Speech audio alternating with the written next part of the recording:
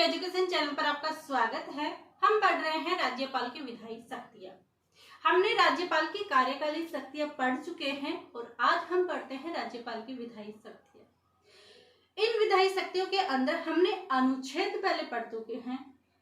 कौन सा पढ़ रहे थे कल? 174 वाला कल हमने पढ़ा था और आज हम पढ़ते हैं 175। ये छोटी छोटी क्लासें एग्जाम के लिए बहुत इंपॉर्टेंट है और एक छोटा सा प्लेटफॉर्म है, इसलिए छोटी छोटी क्लासेस से आपका पेपर फर्स्ट पूरा कवर हो जाएगा। और साथ ही आज यानी कल ये वीडियो आपके पास जाएगी तब तक यानी 1 अक्टूबर को कुछ वैकेंसी हमारे पास आ जाएंगी। गुड न्यूज, क्योंकि शाम को 1 अक्टूबर को 6:30 बजे होने वाली है कैबिनेट की मीटिंग, तो उसके अंदर जरूर हमारे लिए कुछ न्यू गुड न्यूज और न्यू वैकेंसी जरूर मिलेंगी। तो हम पढ़ते हैं राज्यपाल की विधायी शक्तियां। आप चैनल को अधिक से अधिक इन क्लासों को शेयर कीजिए ताकि जिनको स्टूडेंटों को इन क्लासों की आवश्यकता है उनके पास अच्छा मैटर बन सके। ये वो क्वालिटी नहीं है जो बड़े बड़े प्लेटफॉर्म और बड़े बड़े कोचिंग संस्थानों के पास होती है। एक छोटा सी जगह से और छोटी सी क्लास आपके लिए प्रोवाइड की जा रही है। आई होप आपको पसंद आती होगी। अगर पसंद आती हो तो एक लाइक जरूर बनता है। तो चलिए स्टार्ट करते हैं राज्यपाल की विधायी शक्तियां। राज्यपाल की विधायी शक्तियां में हमने पढ़ा था 174 कल वाली क्लास में पढ़ लिया था। उसमें अभिभाषण था कि राज्यपाल कब सत्र का अभिभाषण करेगा, कब बुलाएगा, बुलाता कौन है, सत्रावसन सत्र का अंत कौन करता है, अध्यक्ष कौन करता है। ये सारी क्लासें कल की क्लास में हमने देखा था और इसके साथ ही कुछ इंपॉर्टेंट फैक्ट थे वो भी हमने कल की क्लास में देखे थे। आज हम देखते हैं अनुच्छेद 75। अनुच्छेद 74 और 75 दोनों ही अभिभाषण से संबंधित है, लेकिन 174 में अभिभाषण दे रखा है बल्कि 175 में विशेष अभिभाषण दिया जाता है। और विशेष अभिभाषण कब होता है? विशेष अभिभाषण दो ही जगह होती है, एक तो जब नया सत्र चलता है तब और एक चुनाव के बाद। ये दो ही अभिभाषण विशेष है जो कि विशेष अभिभाषण के तहत अनुच्छेद 175 के तहत राज्यपाल द्वारा करवाया जाता है। तो 175 में लिखा है कि सदन या सदनों में अभिभाषण का और उनको संदेश भेजने का राज्यपाल का अधिकार है। हमने भीमराव अंबेडकर में लिखा था कि क्या अभिभाषण करवाना राज्यपाल का कर्तव्य है या अधिकार। हमने कल की क्लास में देखा था। आप हमें अगर हमारी क्लासेस सुनते हैं बिना स्किप किए तो आप बताइए कि कल की क्लास में जो हमने पढ़ा था कि राज्यपाल सत्र का जब आह्वान करता है, सत्र बुलाता है, तो उसका अधिकार या कर्तव्य, इसका आप कमेंट में जरूर आंसर लिखिए। तो दोनों सदनों को संदेश भेजने का राज्यपाल का अधिकार है। 175 फर्स्ट में लिखा है कि एक सदन या दोनों सदनों का संवेद अभिभाषण राज्यपाल करेगा। 175 फर्स्ट में लिखा है कि एक सदन या दोनों सदनों का, चाहे तो वो एक सदन का कर सकता है या दोनों को साथ बुलाकर संवेद रूप से भी उनको भाषण दे सकता है, अभिभाषण कर सकता है, आह्वान कर सकता है। ये किस में लिखा है? 175 फर्स्ट में लिखा है। सेकंड में क्या लिखा है कि अगर कोई विधेयक लंबित है यानी लंबे समय से चला आ रहा है, उस पर कोई विचार, उस पर कोई मीटिंग नहीं हो पाई है, तो उस पर शीघ्रता से विचार करने के लिए 175 अनुच्छेद में कहा गया है कि इस विधेयक के तहत आप लंबित विधेयक को क्या करें? पहले ले। किसके तहत कहा है? 175 के तहत। 175 में लंबित विधेयक के लिए कहा है, बल्कि 175 में एक सदन या दोनों का संवेद रूप से अभिभाषण का आह्वान कौन करेगा? राज्यपाल करेगा। और यदि हमसे पूछा जाए कि अगर कोई लंबित विधेयक है उस पर शीघ्रता से अगर राज्यपाल विचार करता है तो किस अनुच्छेद के तहत करता है, तो आप अनुच्छेद का नाम लेंगे 175। ध्यान रखना, पहले क्वेश्चन आते थे 175, 74, 200, 213 ऐसे कुछ अनुच्छेद आते थे जिनका डायरेक्टली क्वेश्चन पूछा जाता था, लेकिन अब अनुच्छेदों के अंदर से 175 में क्या लिखा है, 175 में क्या लिखा है, ऐसे क्वेश्चन आते हैं। तो आप इनको छोटा न समझे और इनको अच्छे से रिवाइज करें और इन क्वेश्चनों का विशेष ध्यान रखें। 175 में अभिभाषण हो गया और 176 में विशेष अभिभाषण हो गया। क्या हो गया? मैंने सॉरी गलती से बोल दिया था 74 और 75 नहीं, 75 और 76 होगा। इसमें अभिभाषण और विशेष अगर अभिभाषण करना है तो 176 के तहत दिया जाएगा। फिर है अनुच्छेद 180। क्या है? अनुच्छेद 180। 180। अनुच्छेद 180 में क्या लिखा है कि जब विधानसभा अध्यक्ष और उपाध्यक्ष का पद रिक्त हो तब राज्यपाल के किसी भी सदस्य को कार्रवाई सुनिश्चित करने के लिए नियुक्त कर सकता है। 180 में क्या लिखा है? 180 में लिखा है कि यदि अध्यक्ष या उपाध्यक्ष का किसी का भी पद अगर रिक्त होता है, क्या होता है, अगर रिक्त होता है तो क्या करेगा राज्यपाल, क्या करेगा, अध्यक्ष उपाध्यक्ष विधानसभा में से ही जो निश्चित करेगा कि ये अध्यक्ष उपाध्यक्ष बनाए जाएंगे।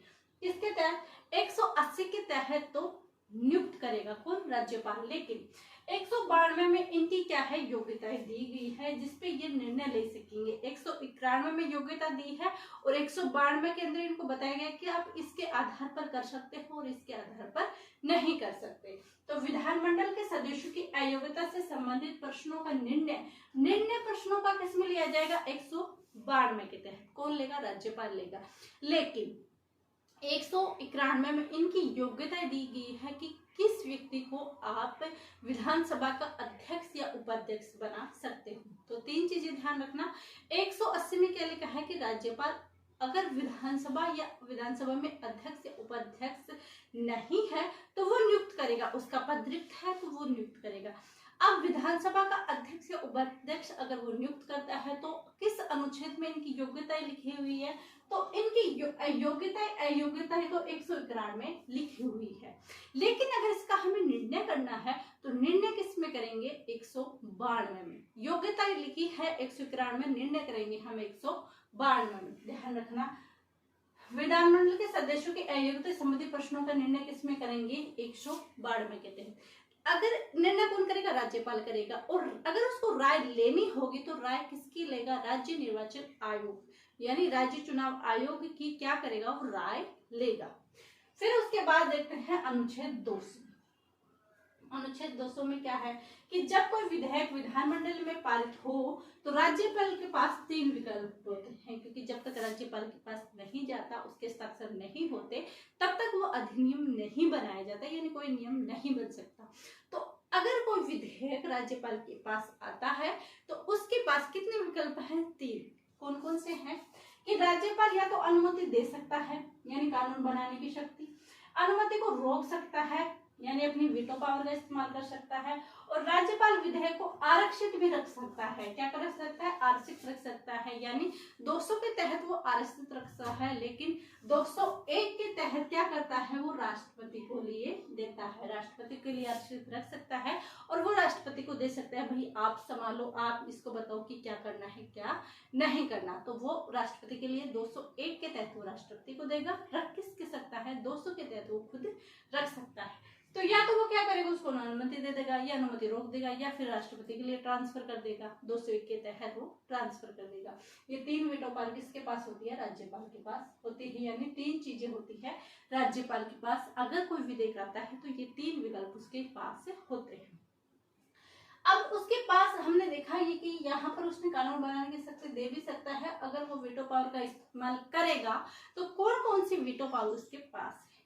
तो वीटो पावर क्या है? राज्यपाल के पास 2 प्रकार की वीटो पावर है। कितने प्रकार की? 2 प्रकार की। कौन कौन सी?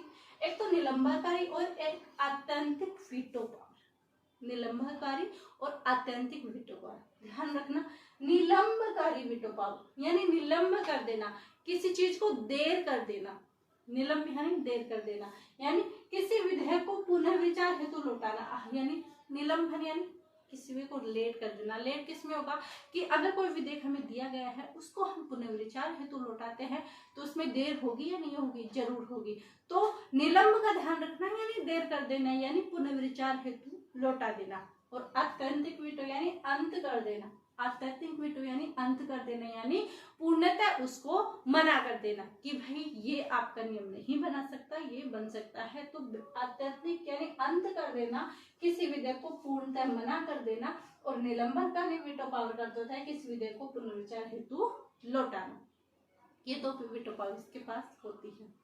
अब धन विधेयक को पुनर्विचार हेतु नहीं लौटाया जा सकता है। साधारण विधेयक है, वित्त विधेयक है, इनको लौटाया जा सकता है, लेकिन धन विधेयक को राज्यपाल पुनर्विचार हेतु नहीं लौटा सकता। ये बात आप इम्पोर्टेंट करके ध्यान रख लें, इम्पोर्टेंट करके आप ध्यान रख लें कि ये चीजें आप, क्योंकि ये एग्जाम में 100% आएगा। 2024 में 100% ये एग्जाम में आता है, हर बार हर क्वेश्चन में एग्जाम आता है कि ये कौन सा विधेयक वो पुनर्चित्र लौटा सकता है या नहीं लौटा सकता, क्योंकि पॉलिटी के अंदर जो क्वेश्चन आते हैं वो कथन वाले आते हैं, स्टेटमेंट वाले आते हैं, डायरेक्टली क्वेश्चन बहुत कम पूछने लग गए। तो इसलिए सारी चीजों का आप ध्यान रखें। हमने राज्यपाल की विधायी शक्तियां पढ़ी, हमने 174 में देखा था, 174 के अंदर देखा था, उसमें मैंने आपको बताया था कि अभिभाषण दे रखा था, वो गलती से बोल दिया गया था, वो अभिभाषण नहीं था। 75 और 76 में अभिभाषण है, 75 में अभिभाषण है और 76 में विशेष अभिभाषण है, ध्यान रखना। सदनों या सदनों में अभिभाषण का और उनको संदेश भेजने अधिकार राज्यपाल का अधिकार है। 75 में, 76 में विशेष अभिभाषण है। 80 में ये अध्यक्ष या उपाध्यक्ष विधानसभा का नियुक्त करेगा राज्यपाल, राय लेकर राज्य निर्वाचन आयोग का। 91 में इनकी योग्यताएं लिखी है विधानसभा के अध्यक्ष या उपाध्यक्ष की। 92 के तहत पूर्ण निर्णय करेगा कि कौन सदस्य के किस में योग्यता है या नहीं अयोग्यता। और 200 में विधेयक विधानसभा में रखा जाता है, राज्यपाल पारित करेगा, वो अनुमति दे भी सकता है, नहीं भी दे सकता। और 201 के तहत राष्ट्रपति को आरक्षित भी रख सकता है। राज्यपाल के पास 2 वीटो पावर होती है, एक निलंबनकारी और एक अत्यधिक वीटो। ये हमने राज्यपाल की विधायी शक्तियां पढ़ी। एक और अनुच्छेद बच गया, वो है 213। 213 हम पढ़ेंगे कल की क्लास में। ये वीडियो आपको कैसी लगी कमेंट में जरूर बताएं। वीडियो को लाइक शेयर एंड सब्सक्राइब जरूर कीजिए। आप सभी का धन्यवाद। Thank you.